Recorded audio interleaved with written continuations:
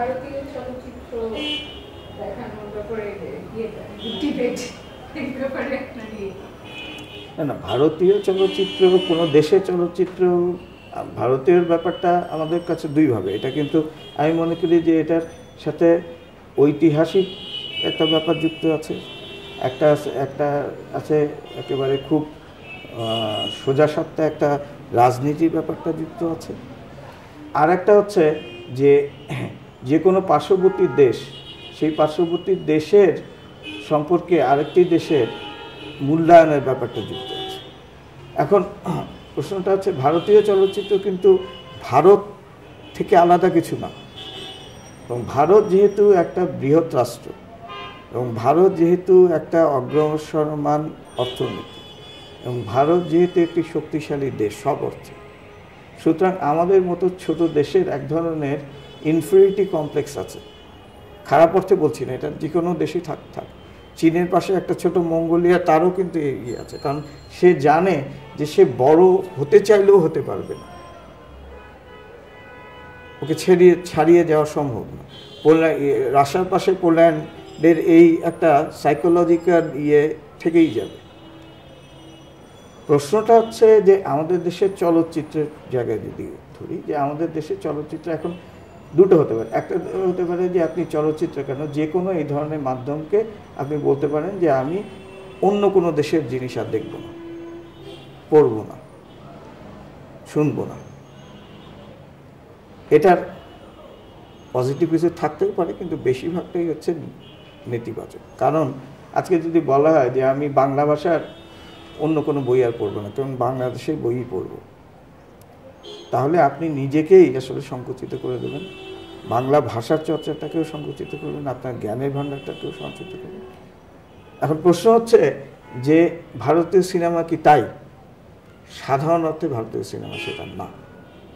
সুতরাং ঢালাওভাবে ভারতীয় সিনেমা আমদানি কেউ সমর্থন করবে না, কিন্তু প্রশ্নটা হচ্ছে যে ভারতীয় সিনেমা আমদানি বন্ধ করার পিছনে যে যুক্তিটা ছিল, সেই যুক্তিটা আমি মনে করি হিডেন এজেন্ডা ছিল রাজনৈতিক, আর অ্যাপারেন্টলি যে এজেন্ডাকে সামনে দেওয়া হচ্ছিল সেটা বলা হচ্ছিল যে বাংলাদেশের চলচ্চিত্রকে প্রাথমিকভাবে প্রতিযোগিতার হাত থেকে বাঁচানোর জন্য, যাতে সে একটা সময়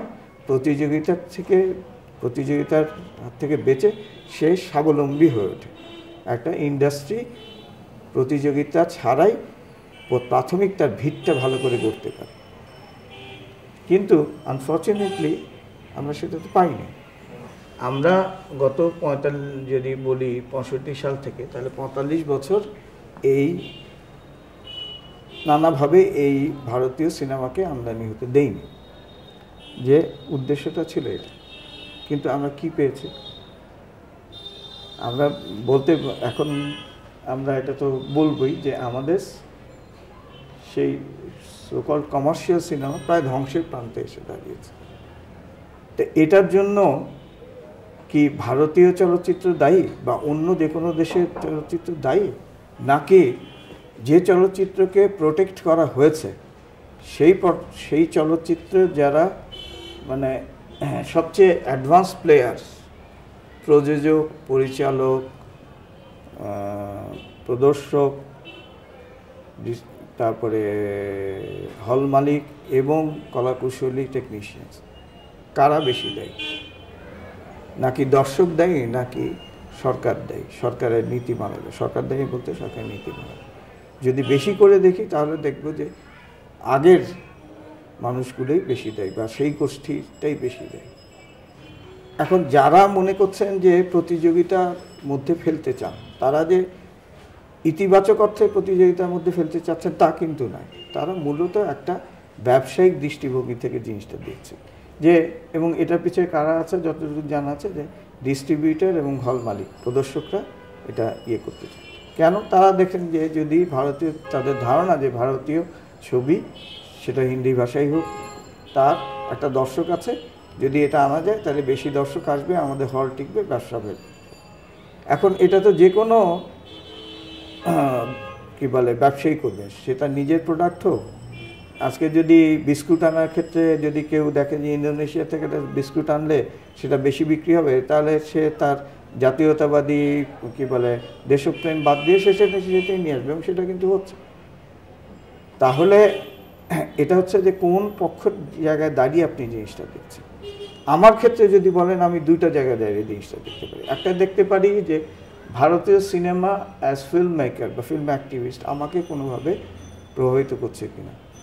যে বাণিজ্যিক সিনেমা, সেই সিনেমার প্রতি আমার, ভারতীয় সিনেমার প্রতি, বাণিজ্যিক সিনেমার প্রতি আমার ব্যক্তিগত কোনো আকর্ষণ নেই। সুতরাং ভারতীয় সিনেমা থাকলেও আমার নিজের চর্চা কোনো বাধাগ্রস্ত হবে বলে মনে করি না, বা আমাদের ধারার মানুষের কোনো চর্চার কোনো বাধাগ্রস্ত হবে। ভারতীয় সিনেমা কি আমরা যে প্রসপেক্টিভ দর্শকের কথা ভাবছি, আমাদের সিনেমার প্রবল দর্শকের রুচিবোধকে কি পরিবর্তন করে দেবে? আমার মনে হয় না যে সেটা করে দেবে। এই কারণে, কারণ সেই দর্শক কিন্তু অনেক বেশি করেই ওয়ার্ল্ড সিনেমার প্রতি এক্সপোজ, সুতরাং সেটাও করতে পারবেন। সুতরাং আমার ভয়ের কিছু নেই। ভয় কাদের আছে? যারা ভারতীয় সিনেমার অনুকরণে সিনেমা তৈরি করে। কারণ তখন দর্শকের সামনে জিনিসটা এরকম হবে যে আমি অনুকরণ মানে আসলটা নিব না নকলটা নিব, তাদের জন্যই ভয়।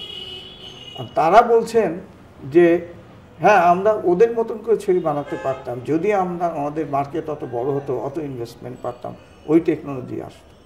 সেই টেকনোলজি আমাদের কোনো দিনই আসবে না, কারণ আমরা ভারতীয় সিনেমার যে ট্রেডিশনাল বাজার, তার যে ওয়ার্ল্ড ওয়াইড বাজার, তার যে টেকনোলজি, এটা তো একদিনে তৈরি হয় নাই, সেটা ওভার দ্য ইয়ার্স তৈরি হয়েছে।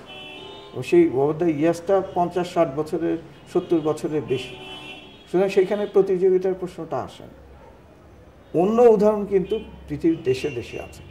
অন্য দেশের ছবি এসেও, বাজার এসেও, স্বদেশের ছবি যদি স্বদেশকে সত্যিকারের রিয়েলিস্টিক ওয়েতে পোট্রে করে, স্বদেশের মানুষের সংগ্রাম, জীবনযাত্রা, সংস্কৃতি, তাহলে কিন্তু সে দেশের মানুষ প্রাথমিকভাবে সেই দেশের ছবি দেখে। আমাদের বাণিজ্যিক ধারা চলচ্চিত্র সেটা করতে পারেনি প্রোটেকশন দেওয়ার পর। এখন যদি বলে যে আরও প্রোটেকশন 20 বছর দাও, এই কমিটমেন্টটা তাদের কাছ থেকে পাওয়া যাবে যে না, ঠুক্কু দিলাম যে এরপর থেকে আমরা সত্যিকারের চলচ্চিত্র নির্মাণের চেষ্টা করি। এই দেওয়া যাবে না, কারণ আমরা এমন একটা মার্কেট ইকোনমির মধ্যে আছি। আপনি এই ডিকটেশনটা বা এইভাবে ডিকটেট করতেও পারবেন না। সুতরাং এটা একটা খুব জটিল প্রসঙ্গ। আর কিছু রাজনৈতিক বক্তা আছেন এই পক্ষে, তারা বলে সাংস্কৃতিক আগ্রাসন। সাংস্কৃতিক আগ্রাসনটা কি? হ্যাঁ, এটা একটা প্রশ্ন বটে, কিন্তু আমি টেলিভিশন দেখছি, আমি আমার সিনেমার পাতায় ভারতীয় বলিউডের সিনেমা নিয়ে 2 পাতা করে প্রতিদিন ছাপাচ্ছি, আমি আমার পত্র পত্রিকায় বলিউড সিনেমা নিয়ে লিখছি, আমার ডিভিডি স্টোর দেখছি, এবং যে সিনেমা দেখছি সেটা হচ্ছে বলিউড বা ভারতীয় কমার্শিয়াল সিনেমার অনুকরণ প্রসূত সিনেমা। সেইটা সব থাকবে, আর সিনেমাকে বাদ দিলে কি সাংস্কৃতিক আগ্রাসন বন্ধ হয়ে যাবে? তাহলে এইখানেও একটা গণ্ডগোল আছে। আমি মনে করি যে সুস্থ প্রতিযোগিতার স্বার্থে ভারতীয় কেন, যে কোনো দেশের চলচ্চিত্র আমদানি করতে দেওয়া উচিত, কিন্তু সেখানে একটা বিচারবোধের থাকার প্রশ্ন আছে। ঘরে ঘরে আমদানি করতে পারবে না, সেটা নাম্বারের দিক থেকে সীমিত হতে পারে, সেটা একটা কমিটির মধ্য দিয়ে একটা স্ক্রিনিং করে দেওয়া যেতে পারে যে কোন ধরনের চলচ্চিত্র আমরা আনতে দিতে চাই। হ্যাঁ, এবং তার মধ্য দিয়ে আমাদের চলচ্চিত্র, আমি বলছি বাণিজ্যিক চলচ্চিত্রকে স্বাবলম্বনের দিকে যাওয়ার ক্ষেত্রে একটা প্রতিযোগিতা দেওয়া উচিত। আপনার পাশে যদি আর একটা লোক ঠিকমতো না দৌড়াতে পারে, যার সাথে আপনি একটা দৌড়ের প্রতিযোগিতায় সে যদি না অনুপস্থিত থাকে, তাহলে আপনি হেঁটে হেঁটে কচ্ছপের মতো লম্বা দৌড় দিতে চাইতে পারেন, এবং সেটাই দিচ্ছি আমরা। তাও কচ্ছপ তো শেষ পর্যন্ত পৌঁছেছিল, আমরা সেখানেও যেতে পারছি না গত 55 বছর। তো এই দৌড়ের তো কোনো অর্থ হয় না। এমন একজন প্রতিযোগী আনেন যার দিকে আপনি 2 বার তাকাতে পারবেন, তারপরে দেখতে পারবেন যে আপনার স্পিডটা বাড়াতে হবে না কমাতে হবে। তো সেইখানে এরকম ঘরে ঘরে আমদানি করাটাও যেমন কোনো কাজের কাজ না, এটা কেবল বাণিজ্যিক উদ্দেশ্যেই এটা করা হচ্ছে, এটার পিছনে অন্য কোনো কারণে। আবার এটাকে আর ধরনের প্রোটেকশন আরও কিছু বছর দেওয়ার কোনো অর্থ নেই। আর কেবলমাত্র একটা সেক্টরে প্রোটেকশনিজম দিয়ে আপনি এটাকে একটা ইন্ডাস্ট্রি হিসাবে টিকিয়ে রাখতে পারছেন, যেখানে আপনি ওপেন মার্কেট ইকোনমির কথা বলছেন, গ্লোবালাইজেশনের কথা বলছেন। ভালো খারাপ তো অন্য কথা।